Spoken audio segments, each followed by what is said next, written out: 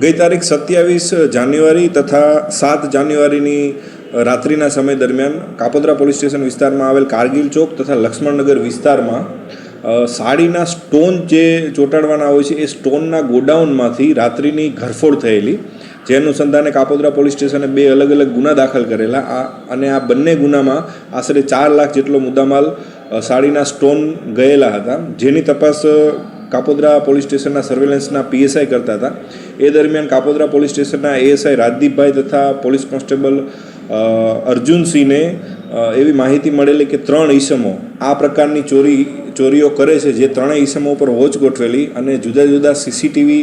અને હ્યુમન સોર્સથી માલુમ પડેલ કે આ 3 વ્યક્તિઓ દ્વારા આ ચોરીને અંજામ આપવામાં આવેલો છે, જેની ગઈકાલે રાત્રે ધરપકડ કરવામાં આવે છે. આ 3 વ્યક્તિ પૈકી એક જયસુખભાઈ રાજાભાઈ ધાંભોલિયા, માનસિંહભાઈ પ્રતાપસિંહ ગોહિલ અને તેજાભાઈ નાથાભાઈ